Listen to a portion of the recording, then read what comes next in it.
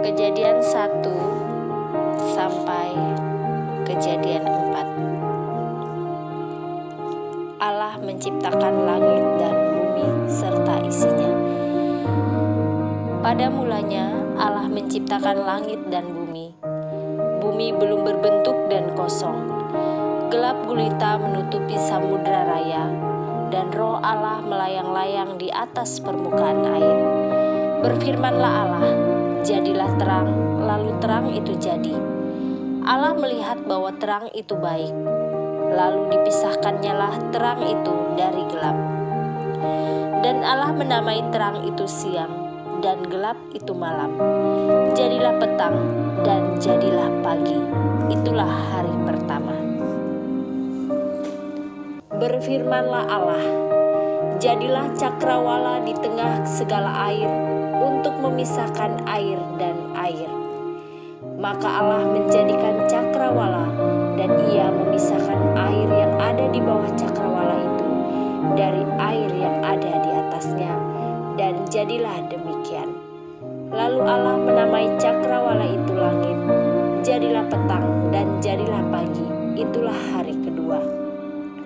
Berfirmanlah Allah, hendaklah segala air yang di bawah langit berkumpul pada satu tempat, sehingga kelihatan yang kering, dan jadilah demikian. Lalu Allah menamai yang kering itu darat, dan kumpulan air itu dinamainya laut. Allah melihat bahwa semuanya itu baik.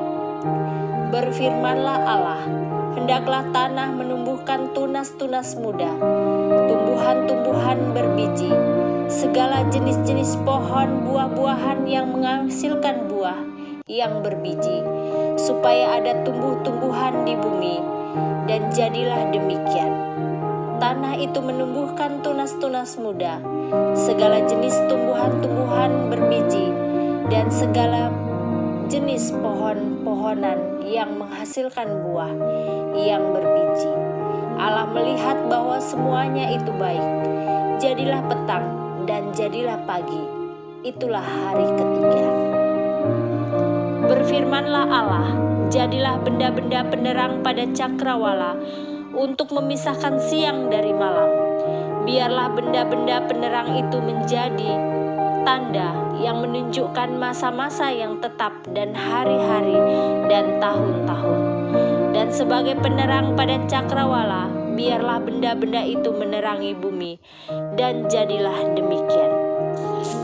Maka Allah menjadikan kedua benda penerang yang besar itu, yakni yang lebih besar untuk menguasai siang, dan yang lebih kecil untuk menguasai malam, dan menjadikan juga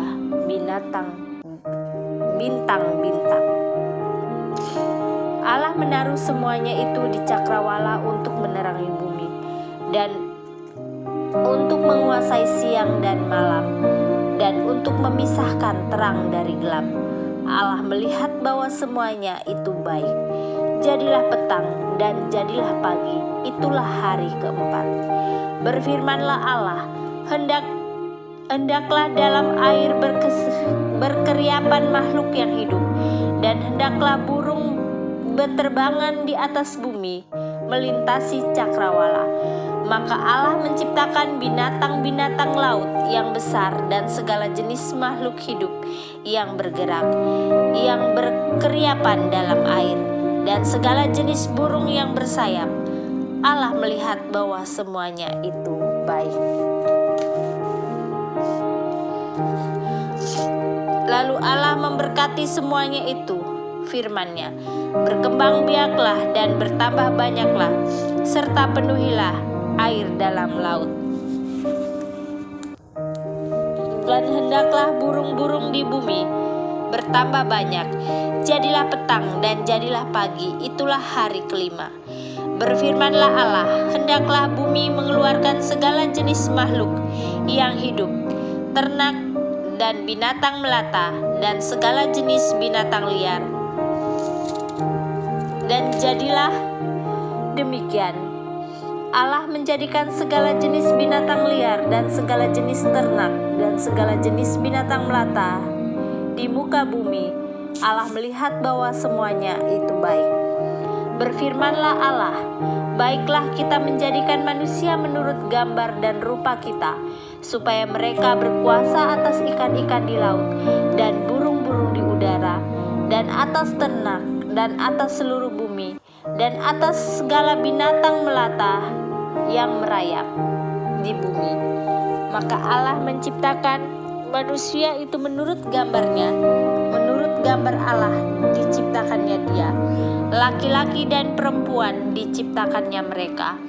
Allah memberkati mereka, lalu Allah berfirman kepada mereka, beranak cuculah dan bertambah banyak, penuhilah bumi dan taklukkanlah itu.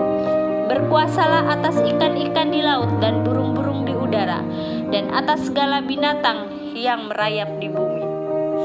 Berfirmanlah Allah, lihatlah aku memberikan kepadamu segala tumbuh-tumbuhan yang berbiji di seluruh bumi, dan segala pohon-pohon yang buahnya berbiji, itulah akan menjadi makananmu.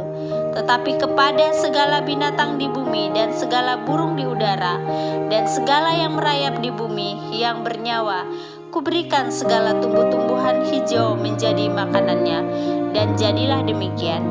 Maka Allah melihat segala yang dijadikannya itu sungguh amat baik. Jadilah petang dan jadilah pagi, itulah hari ke-6.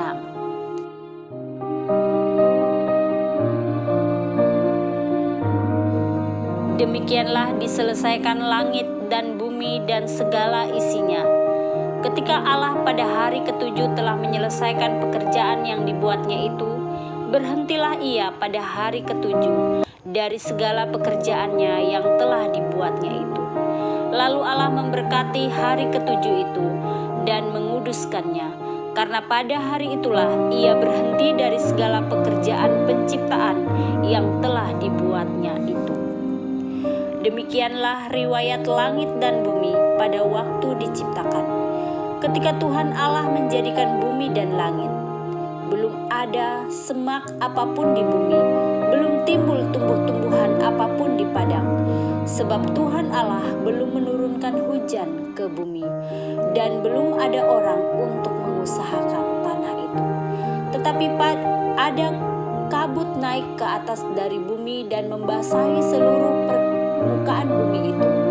Ketika itulah Tuhan Allah membentuk manusia itu dari debu tanah dan menghembuskannya nafas hidup ke dalam hidungnya. Demikianlah manusia itu menjadi makhluk yang hidup. Manusia dan Taman Eden. Selanjutnya Tuhan Allah membuat taman di Eden di sebelah timur. Disitulah ditempatkan manusia yang dibentuknya itu. Lalu Tuhan Allah menumbuhkan berbagai-bagai pohon dari bumi yang menarik dan yang baik untuk dimakan buahnya, dan pohon kehidupan di tengah taman itu, serta pohon pengetahuan tentang yang baik dan yang jahat. Ada suatu sungai mengalir dari Eden untuk membasahi taman itu, dan dari situ sungai itu terbagi menjadi 4 cabang.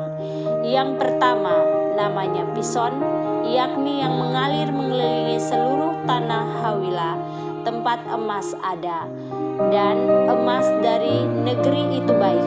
Di sana ada damar, bedolah, dan batu krisopras. Nama sungai yang kedua ialah Gihon, yakni yang mengalir mengelilingi seluruh tanah Kus. Nama sungai yang ketiga ialah Tigris, yakni yang mengalir di sebelah timur Asyur. Dan sungai yang keempat ialah Efrat. Tuhan Allah mengambil manusia itu dan menempatkannya dalam Taman Eden untuk mengusahakan dan memelihara taman itu. Lalu Tuhan Allah memberi perintah ini kepada manusia, semua pohon dalam taman ini boleh kau makan buahnya dengan bebas, tetapi pohon pengetahuan tentang yang baik dan yang jahat itu jangan kau makan buahnya, sebab pada hari engkau memakannya pastilah engkau mati. Tuhan Tuhan Allah berfirman, "Tidak baik kalau manusia itu seorang diri saja. Aku akan menjadikan penolong baginya yang sepadan dengan dia." Lalu Tuhan Allah membentuk dari tanah segala binatang hutan dan segala burung di udara. Dibawanyalah semuanya kepada manusia itu untuk melihat bagaimana ia menamainya, dan seperti nama yang diberikan manusia itu kepada tiap-tiap makhluk yang hidup, demikianlah nanti nama makhluk itu. Manusia itu memberi nama kepada segala ternak, kepada burung-burung di udara, dan kepada segala binatang hutan. Tetapi baginya sendiri ia tidak menjumpai penolong yang sepadan dengan dia. Lalu Tuhan Allah membuat manusia itu tidur nyenyak. Ketika ia tidur, Tuhan Allah mengambil salah satu rusuk daripadanya, lalu menutup tempat itu dengan daging. Dan dari rusuk yang diambil Tuhan Allah dari manusia itu, dibangunnyalah seorang perempuan, lalu dibawanya kepada manusia itu. Lalu berkatalah manusia itu, "Inilah dia, tulang dari tulangku dan daging dari dagingku. Ia akan dinamai perempuan, sebab ia diambil dari laki-laki. Sebab itu seorang laki-laki akan meninggalkan ayahnya dan ibunya dan bersatu dengan istrinya, sehingga keduanya menjadi satu daging. Mereka keduanya telanjang, manusia dan istrinya itu, tetapi mereka tidak merasa malu."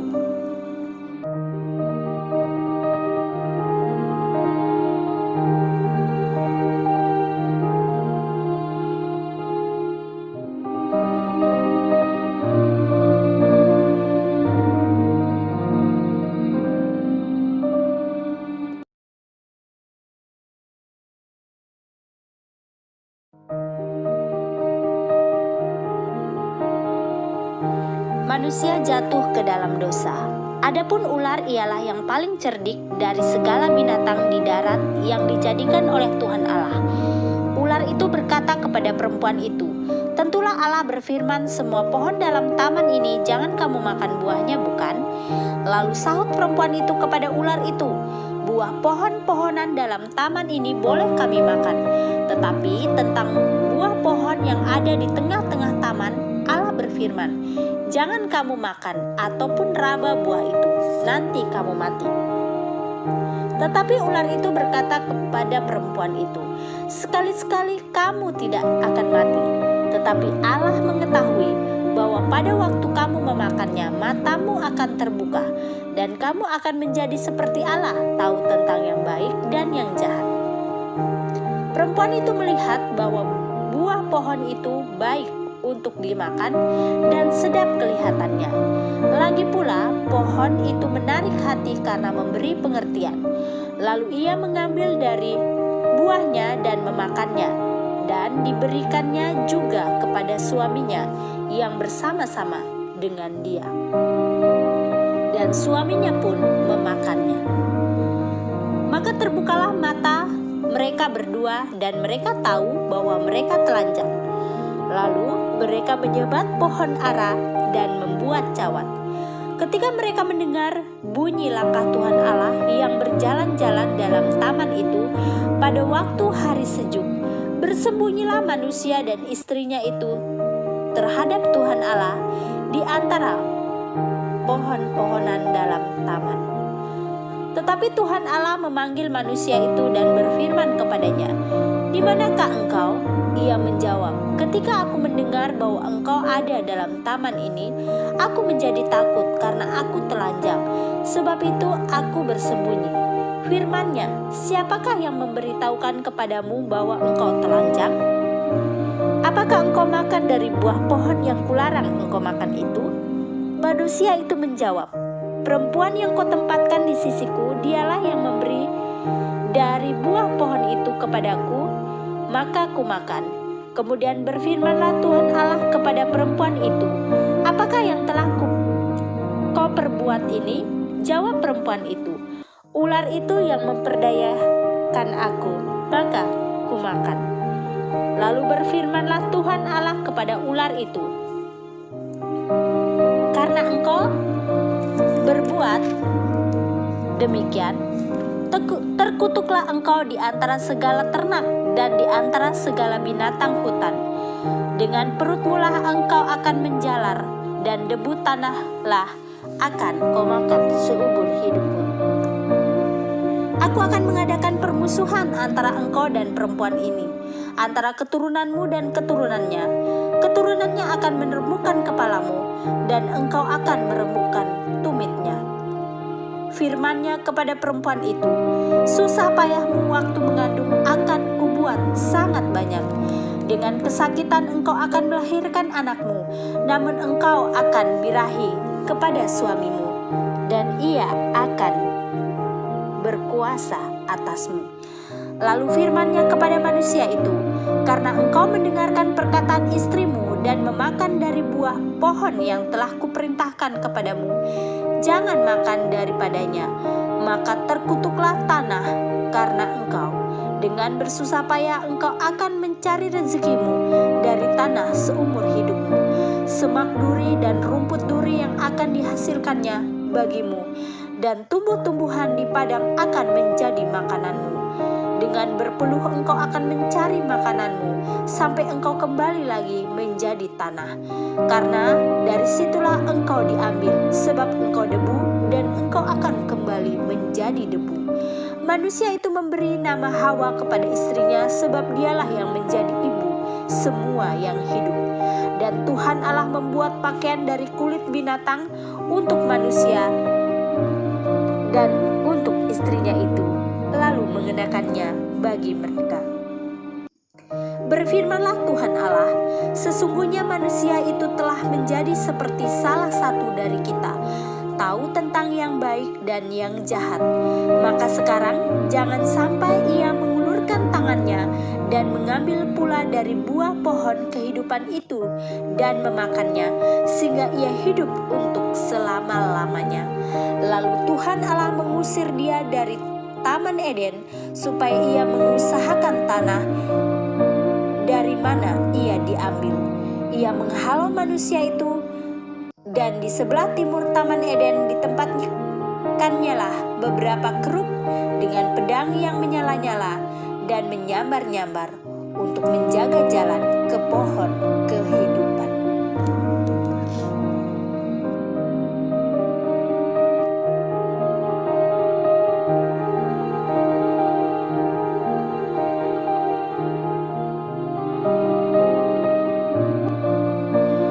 Kain dan Habel. Kemudian manusia itu bersetubuh dengan Hawa istrinya, dan mengandunglah perempuan itu, lalu melahirkan Kain. Maka kata perempuan itu, aku telah mendapat seorang anak laki-laki dengan pertolongan Tuhan.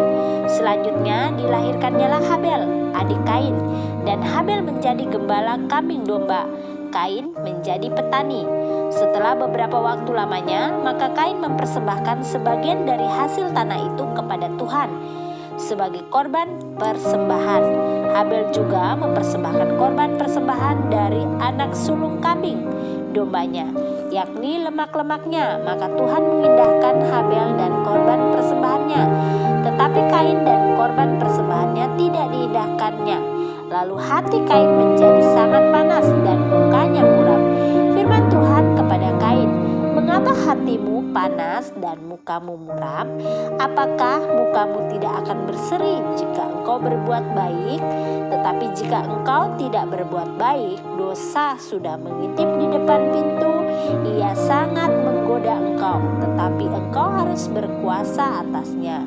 Kata Kain kepada Habel adiknya, marilah kita pergi ke padang. Ketika mereka ada di padang, tiba-tiba Kain memukul Habel adiknya itu, lalu membunuh dia. Firman Tuhan kepada Kain, di manakah Habel adikmu itu? Jawabnya, aku tidak tahu. Apakah aku penjaga adikku? Firman-Nya, apakah yang telah kau perbuat ini? Darah adikmu itu berteriak kepadaku dari tanah. Maka sekarang terkutuklah engkau, terbuang jauh dari tanah yang mengangakan mulutnya untuk menerima darah adikmu itu dari tanganmu. Apabila engkau mengusahakan tanah itu, maka tanah itu tidak akan memberikan hasil sepenuhnya lagi kepadamu. Engkau menjadi seorang pelarian dan penggembara di bumi. ketika Kain kepada Tuhan, hukumanmu itu lebih besar daripada yang dapat kutanggung. Engkau menghalau aku sekarang dari tanah ini, dan aku akan tersembunyi dari hadapanmu, seorang pelarian dan pengembara di bumi. Maka barang siapa yang akan bertemu dengan aku, tentulah akan membunuh aku. Firman Tuhan kepadanya, sekali-kali tidak. Barang siapa yang membunuh Kain akan dibalaskan kepadanya 7 kali lipat. Kemudian Tuhan menaruh tanda pada Kain supaya ia jangan dibunuh oleh barang siapapun yang bertemu dengan dia. Lalu Kain pergi dari hadapan Tuhan dan ia menetap di tanah Nod di sebelah timur Eden. Kain bersetubuh dengan istrinya dan mengandunglah perempuan itu, lalu melahirkan Henok. Kemudian Kain mendirikan suatu kota dan dinamainya kota itu Henok, menurut nama anaknya. Bagi Henok lahirlah Irad, dan Irad itu memperanakkan Mehuyael, dan Mehuyahel memperanakkan Metusael, dan Metusael memperanakkan Lamek. Lamek mengambil istri 2 orang, dan satu namanya Ada, yang lain Zila. Ada itu melahirkan Yobai. Dialah yang menjadi bapa orang yang diam dalam kemah dan memelihara ternak. Nama adiknya ialah Yobal. Dialah yang menjadi bapa semua orang yang memainkan kecapi dan suling. Zila juga melahirkan anak, yakni Tubal Kain, bapa semua tukang tembaga dan tukang besi. Adik perempuan Tubal Kain ialah Naama. Berkatalah Lamek kepada kedua istrinya, Ada dan Zila, dengarkanlah suaraku. Hai istri-istri Lamek, pasanglah telingamu kepada perkataanku ini. Aku telah membunuh seorang laki-laki karena ia melukai aku, membunuh seorang pemuda karena ia memukul aku sampai bengkak. Sebab jika Kain harus dibalaskan 7 kali lipat, maka Lamek 77 kali lipat. Adam bersetubuh pula dengan istrinya, lalu perempuan itu melahirkan seorang anak laki-laki dan menamainya Set. Sebab katanya, Allah telah mengaruniakan kepadaku anak yang lain sebagai ganti Habel, sebab Kain telah membunuhnya. Lahirlah seorang anak laki-laki bagi Set juga, dan anak itu dinamainya Enos. Waktu itulah orang mulai memanggil nama